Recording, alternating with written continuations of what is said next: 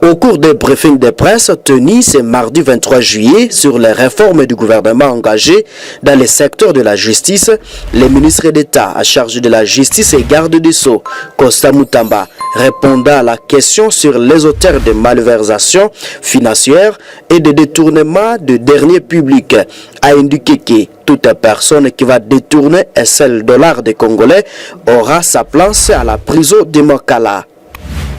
Au sujet de l'ancien ministre des Finances, Nicolas Kazadi Kadima, accusé de détournement de fonds publics dans les dossiers de l'achat des forages et de l'ambadeur. Le ministre de la Justice a fait savoir que nul n'est au-dessus de la loi, tout en invoquant néanmoins le principe de la présomption d'innocence garantie par la Constitution du pays.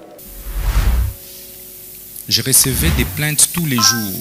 Même des collègues membres du gouvernement se plaignaient sur des saisies intempestives des comptes. Il n'y avait plus d'immunité d'exécution. Aujourd'hui, comme vous le savez, vous avez l'arrêt de la Cour constitutionnelle qui casse un arrêt de la Cour de cassation. Dans le fond, qui préjuge du fond.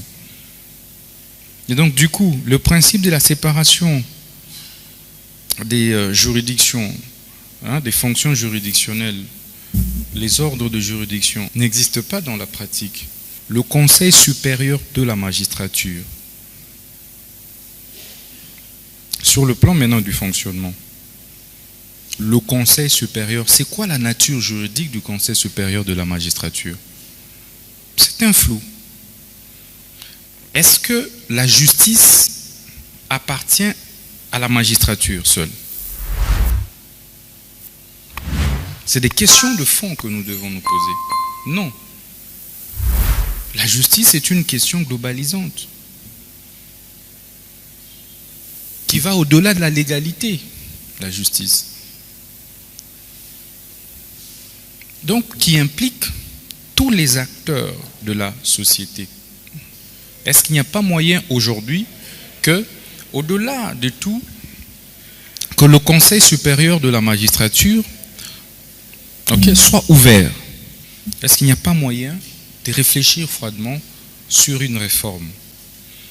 Les lois ne sont pas des tentes dressées pour le sommeil, un peu disait Rouvillois pour les constitutions. Les lois doivent s'adapter aux réalités. On peut réviser une loi autant de fois que possible.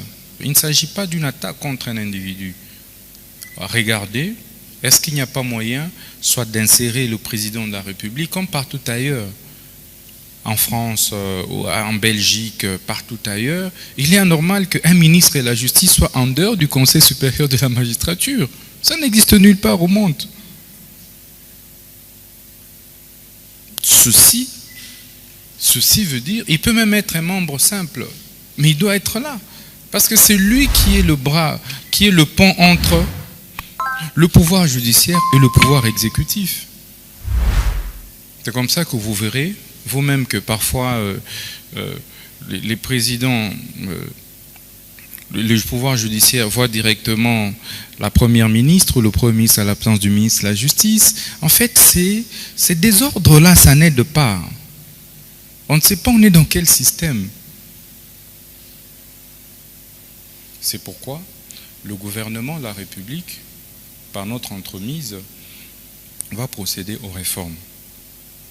Et c'est pourquoi j'avais eu l'autorisation du gouvernement de la République pour rapidement mettre en place une petite commission comme cela pour travailler sur ces réformes afin que tous les acteurs, toutes les parties prenantes puissent apporter leurs inputs et que ces réformes soient inclusives. La société civile, les magistrats, les syndicats des magistrats,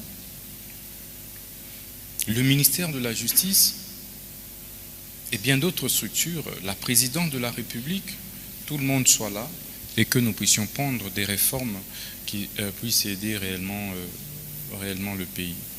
La primeur des réformes sera réservée au magistrat suprême.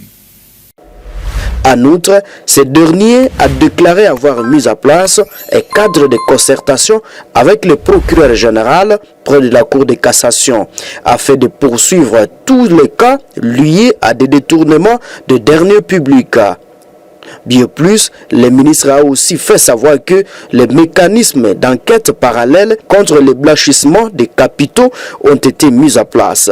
Ces mécanismes prévoient des confiscations de biens sans condition conformément à l'article 130 de la nouvelle loi sur le blanchissement des capitaux, note mediacongo.net.